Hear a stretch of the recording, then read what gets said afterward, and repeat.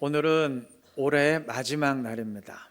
이제 몇 시간 지나면 2023년도 다 끝나고 이제 송구영신 예배 드리면서 2024년 새해를 맞이하게 되는데, 새해가 되면 대한민국 사람 모두가 하는 인사말이 있습니다. 똑같아요. 아시죠? 새해 복 많이 받으세요. 몇 시간 뒤면 우리 하게 되겠죠. 말 그대로 정말 복을 듬뿍 받는 2024년 되어야 되겠죠. 우리나라는 얼마나 복을 좋아하는지 예전엔 그랬어요. 뭐 밥그릇에도 복자 써놓았었고요. 베개나 신발, 뭐 옷장 등에도 복자를 써놓고, 여하튼 눈에 보이는 많은 물건에 복자를 써놓은 경우가 많았습니다. 지금도 간혹 그런 물건 있더라고요. 다 예전에 기억나시죠? 중국은 훨씬 더하다고 하던데, 중국에서는 복자를 거꾸로 붙여놓는 일이 많다고 합니다. 제가 봤어요. 우리나라에 있는 중국 음식점에도 그런 경우가 있더라고요. 그 이유는 중국에서는 거꾸로라는 말이 따오인데 도착하는 말도 따오, 발음이 같다고 합니다. 그래서 복자를 거꾸로 붙여서 복이 여기 도착한다, 온다, 뭐 그런 의미를 드러낸다고 합니다. 뭐 중국뿐이겠어요. 세상 모든 사람이 다 복받기 원할 것이고 복 싫어할 사람은 아무도 없겠죠. 그런데 사람들이 복이라고 할 때 일단 뭐를 생각할 것 같습니까? 복 받으세요 할 때 무슨 생각을 할 것 같습니까? 예전에 여러분 모두 부자 되세요, 뭐 이런 TV 광고가 아주 크게 히트친 적 있어요. 어느 카드 회사 광고였던 것 같은데, 이후 한동안 부자 되세요 라는 인사말이 유행했었고, 아니 교회에서도 아주 노골적으로 부자 되세요 뭐 이렇게 인사말을 했던 적이 있어요. 그리고 책도 제목에 부자라는 말이 들어가야 많이 팔리던 뭐 그런 시절이 있었는데, 아마 그때나 지금이나 사람들이 제일 많이 원하고 생각하는 복이 그게 아닐까 싶습니다. 돈 잘 벌고 부자 되고 풍요로워지고, 다 똑같은 말이죠. 그게 아닐까 싶어요. 자본주의 세상에서 사실 돈만큼 강력한 것도 없으니까 그럴 만도 하겠다 싶습니다. 풍요로워질 수 있다면, 부자 될 수 있다면 뭐 그렇게 되는 게 좋겠죠. 하나님이 주시는 복 가운데도 물질의 복이 분명히 있고, 또 경제적으로 어려울 때보다는 여유가 있을 때 더 많이 베풀 수 있는 것도 사실입니다. 저도 교인들 여러분들이 가능하면 물질의 복 많이 받으시기를 바랍니다. 그런데 그리스도인이라면 뭐 물질의 복도 받아야 되겠지만, 그와 더불어서, 아니 그 이전에 영적인 복을 우선적으로 받아야 되지 않겠습니까? 물질의 복과 영적인 복은 차원이 다릅니다. 예전에 우리 교회 부흥회 강사로 오셨던 김동호 목사님이 어떤 책에서 세상이 주는 복과 하나님이 주시는 복의 차이를 편안과 평안으로 구분했습니다. 이 평안과 편안, 발음도 힘드네요. 비슷하죠? 발음은 비슷한데 내용은 완전히 다릅니다. 요즘 운동하시는 분들 많을 텐데, 사실 일부러 운동하는 것은 육체적으로 많이 불편합니다. 그렇잖아요. 그냥 집에서 먹고 누워서 자고 쉬고 TV 보는 게, 그게 육체적으로 훨씬 편해요. 그런데 일부러 불편함을 감수하면서까지 운동하는 이유가 뭘까요? 그냥 아무것도 안 하는 게 육체적으로 편하지만 그 편안이 몸을 병들게 하고 건강에 해칠 수 있기 때문입니다. 여러분, 돈과 물질이 줄 수 있는 것은 편안입니다. 편안과 안락함은 얼마든지 돈이 가져다 줄 수 있어요. 그런데 평안은 주지 못합니다. 평안은 믿는 자에게 주어지는 영적인 복입니다.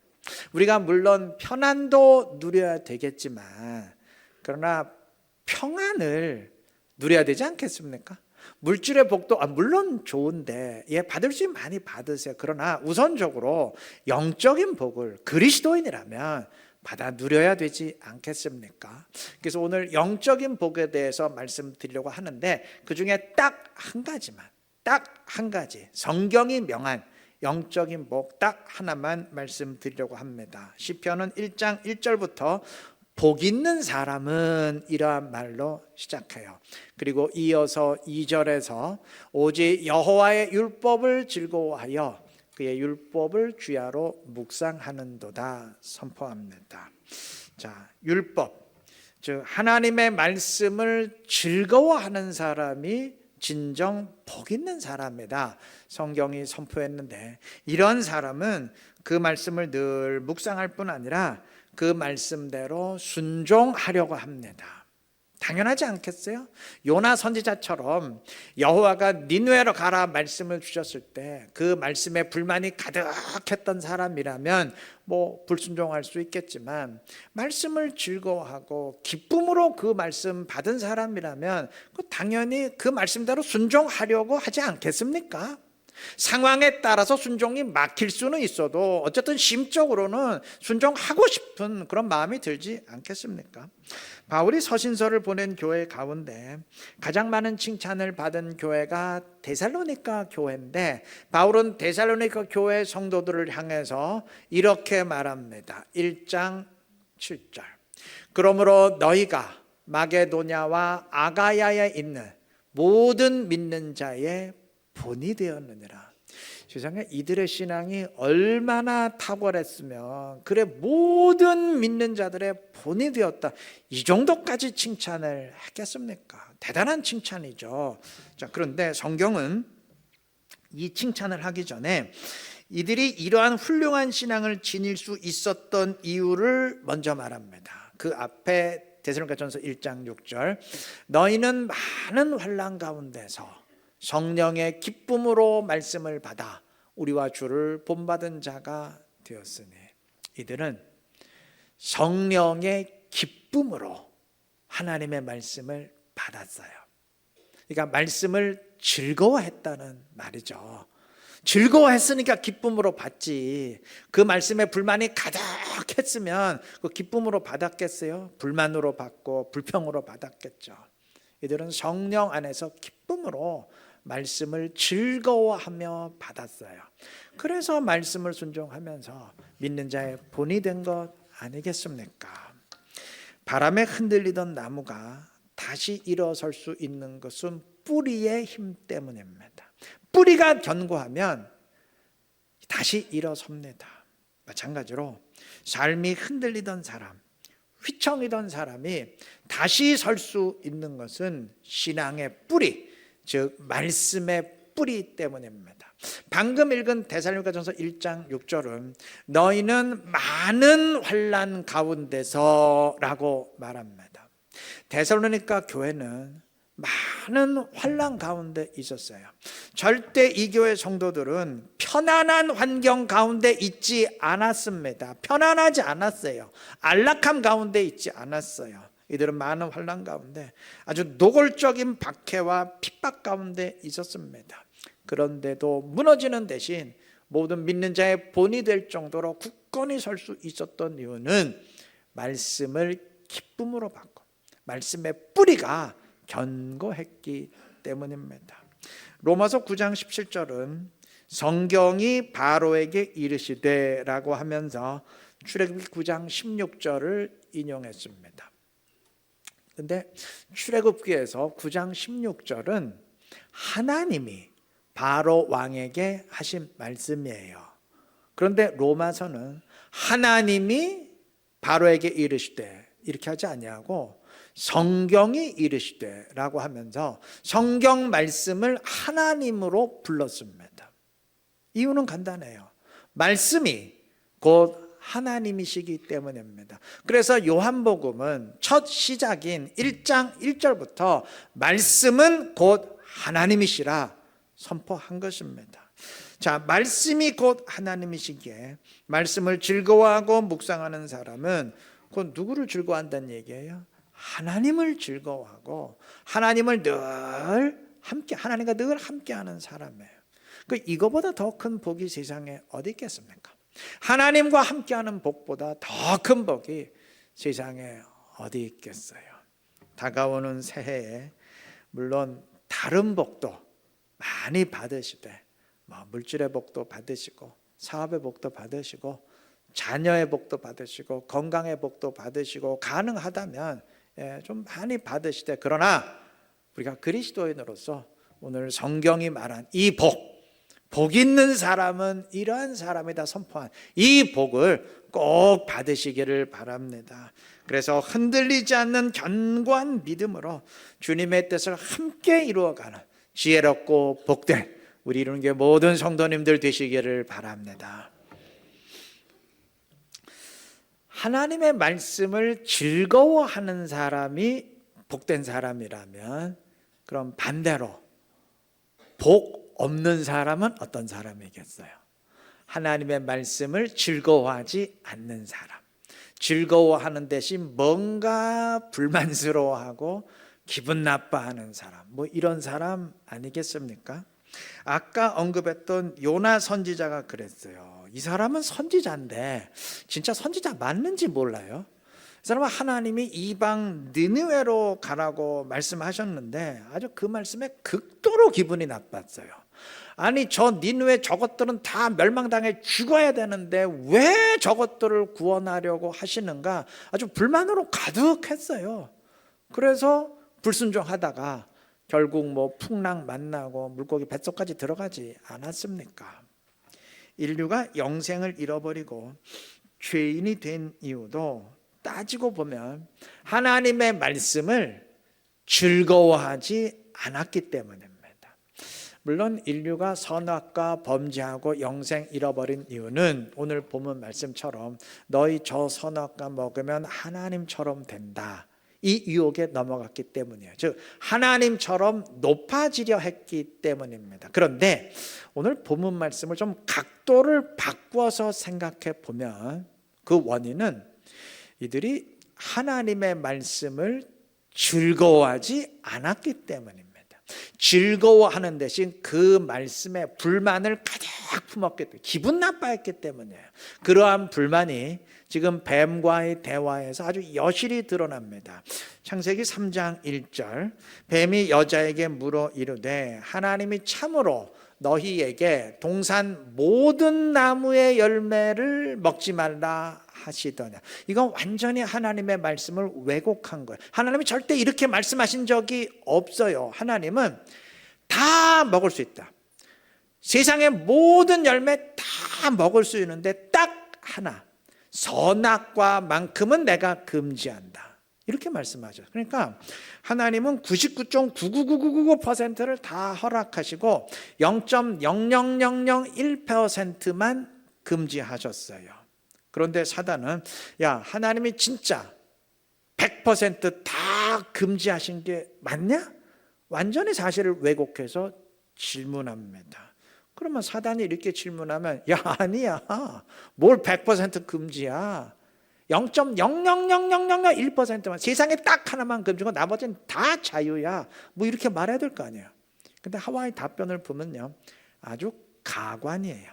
창세기 3장 2절과 3절 보시면 여자가 뱀에게 말하되 동산 나무의 열매를 우리가 먹을 수 있으나, 3절, 동산 중앙에 있는 나무의 열매는 하나님의 말씀에 너희는 먹지도 말고 만지지도 말라, 너희가 죽을까 하노라 하셨느니라. 자, 이 답변의 뉘앙스가 상당히 이상해요. 여러분, 먹을 수 있다는 허락은 이건 긍정이죠. 반대로 먹지 말라는 금지는 부정입니다. 그런데 하와는 먹을 수 있다는 긍정적인 면은 상당히 약화시키고, 반대로 먹으면 안 된다는 이 부정은 아주 과장해서 상당히 강화시킵니다. 자, 먼저 긍정적인 면부터 보면 동산 나무의 열매를 우리가 먹을 수 있으나 라고 얘기하는데, 하와는 하나만 빼고는 다 먹을 수 있어, 이렇게 말하는 대신 그냥 먹을 수 있으나 라고만 말해요. 여러분, 다 먹을 수 있다는 말과 그냥 먹을 수 있다는 말은 뉘앙스가 달라요. 근데 하와는 이 긍정적인 면을 상당히 약화시킵니다. 뭐 여기까지는 이럴 수 있다고 칩시다. 별로 큰 차이 없으니까. 근데 문제는 부정적인 금지에 대한 하와의 답변이에요. 너희는 먹지도 말고 만지지도 말라. 너희가 죽을까 하노라 하셨느니라 했는데, 하나님이 먹으면 죽는다고 했지 만지기만 해도 죽는다고는 하신 적이 없어요. 그런데 하와는 먹지도 말고 만지지도 말라고 했다. 이거 어기면 반드시 죽는다고 했다. 뭐 이렇게 말하면서 아주 부정적인 면을 상당히 좀 과장하면서 강조합니다. 여러분, 사람이 어떤 말을 옮기면서 그 말의 긍정적인 면은 의도적으로 약화시키고 부정적인 면은 좀 과장해서 강조한다는 건 그 말에 대해서 지금 어떻게 생각한다는 얘기예요? 그 말을 별로 좋아하지 않는다는 얘기죠. 이 하나님이 하신 말씀에 대해서 뭔가 지금 기분 나쁘고 불만이 가득하다는 얘기죠. 그 말씀을 기뻐했다면 하와가 이렇게 말했을 리가 없어요.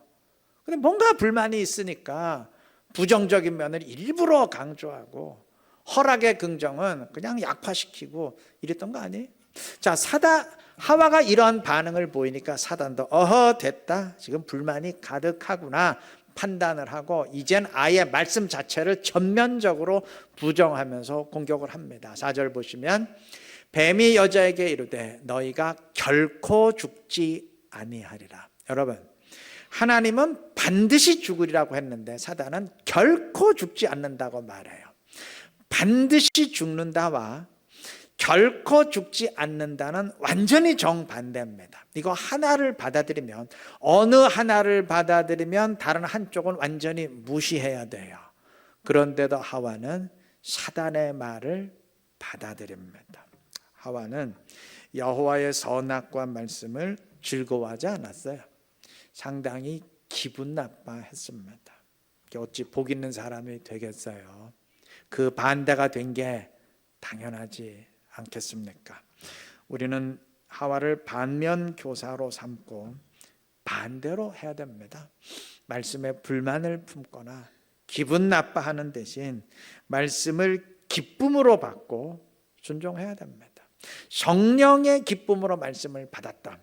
데살로니가 교회 성도들처럼 해야 됩니다. 그 사람이 진정 주님 앞에서 복 있는 사람입니다. 그 사람은 이미 복을 받은 사람이에요.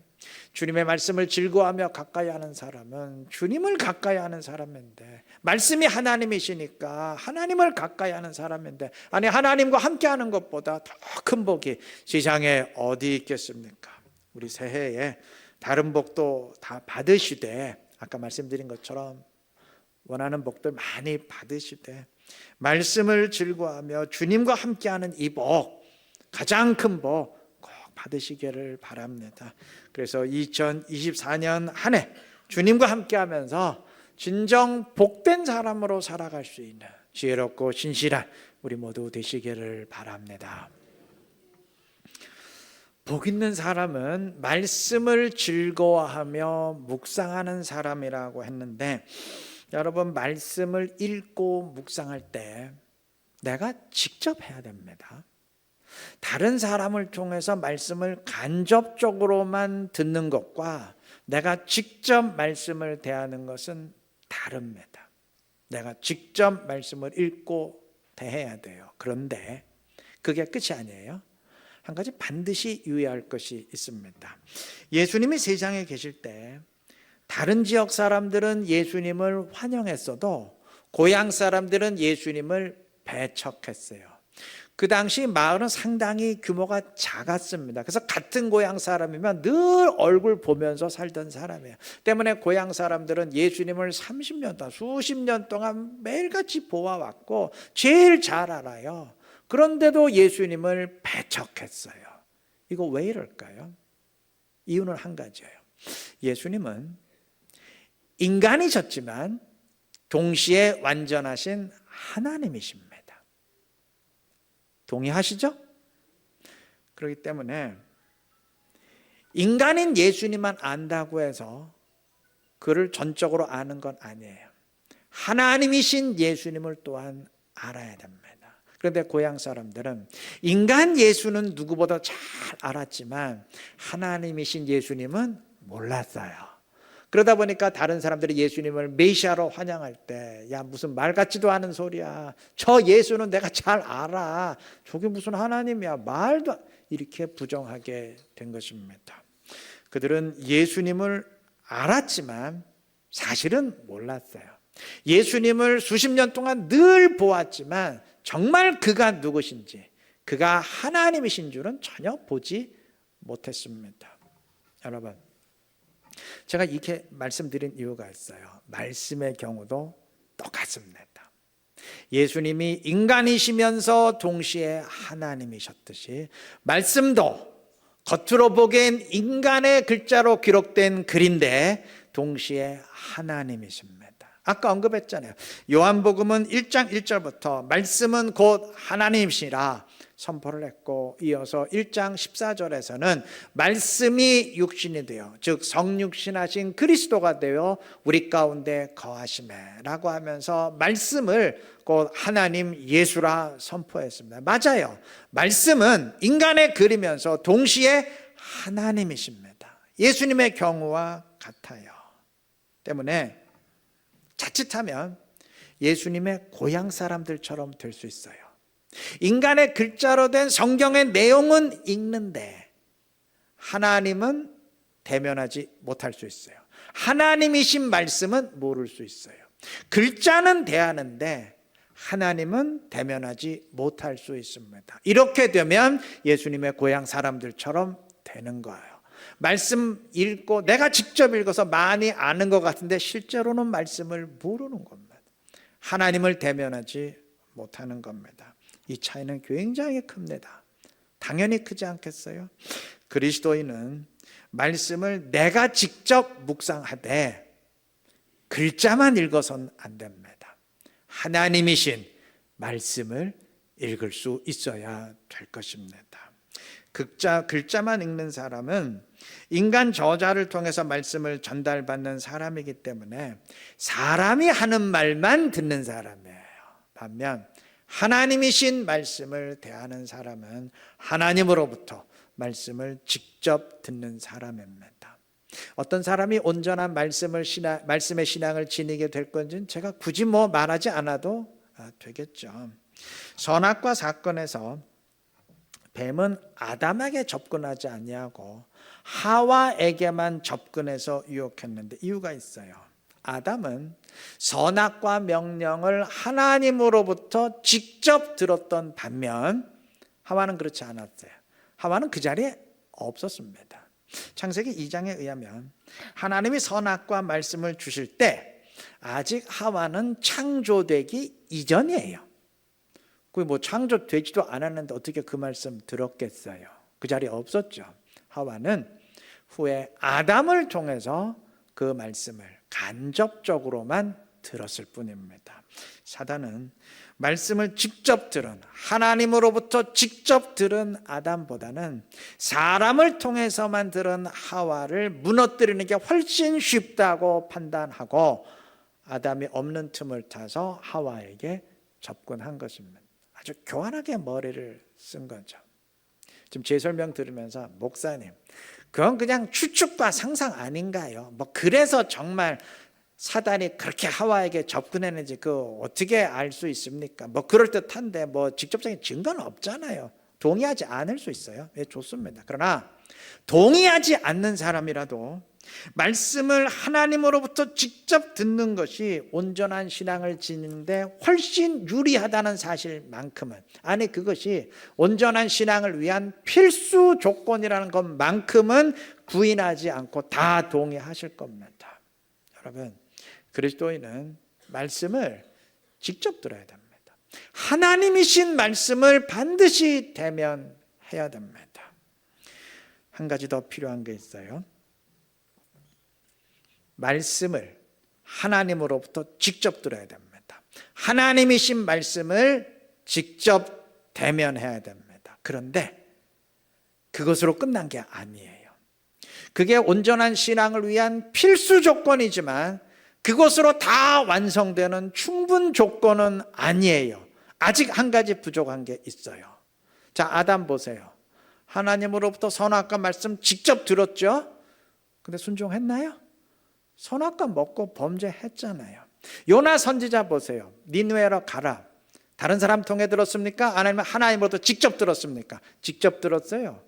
그런데 다시스로 가겠다고 불순종했지 않습니까? 솔로몬도 우상 버리라. 하나님으로부터, 하나님이 직접 나타났어요. 그래서 2번이나 직접 말씀했는데도 불순종했습니다.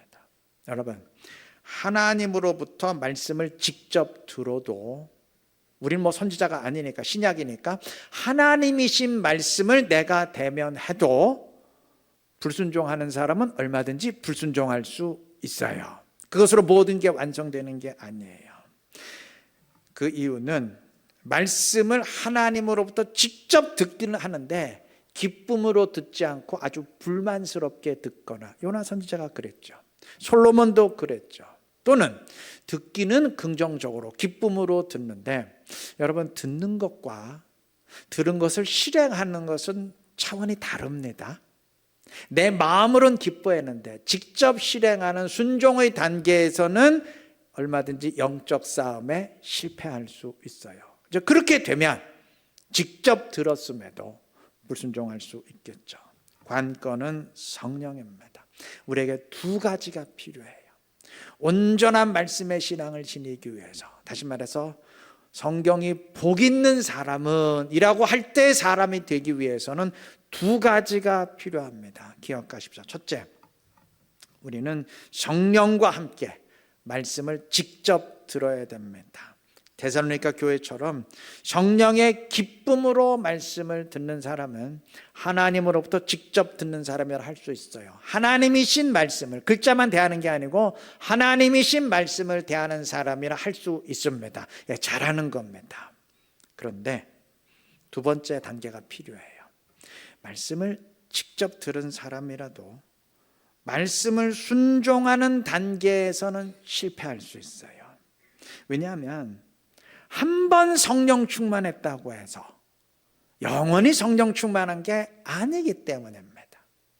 오늘 말씀을 들으며 성령 충만했던 사람이라도 내일이나 모레에는 또 성령과 멀어질 수 있는 게 인간이기 때문입니다. 때문에 우리는 늘 성령 안에서 말씀을 직접 듣되 말씀을 순종하는 단계까지도 성령과 계속 함께함으로써 영적 싸움을 이겨야 됩니다. 이렇게 2단계가 완성될 때 그 사람 진정한 말씀의 신앙을 지닌 복 있는 사람이 될 줄로 믿습니다. 성령과 함께함으로 하나님이신 말씀을 읽으시되 그 다음에는 말씀을 순종하는 영적 싸움에서도 계속 성령과 더불어서 이겨가시기를 바랍니다. 다시 요약합니다. 2가지. 성령과 함께함으로 성경 글자만 읽지 마시고 하나님이신 말씀을 읽으시고 대면하시되, 거기까지는 참 잘한 거예요. 그러나 순종은 또 다른 문제예요. 그 말씀대로 순종하는 단계에서도 계속 성령과 함께 하심으로 순종의 영적 싸움 이기시기를 바랍니다. 그러면 다 되는 겁니다. 그러면 정말 복 있는 사람 되는 겁니다. 우리 이루는 교회 성도님들 다 이렇게 되시기를 바라요. 그래서 말씀을 즐거워하는 복 있는 사람으로 2024년 진정 축복된 한 해를 살아가시는 우리 모두가 되시기를 그리스도의 이름으로 축원합니다.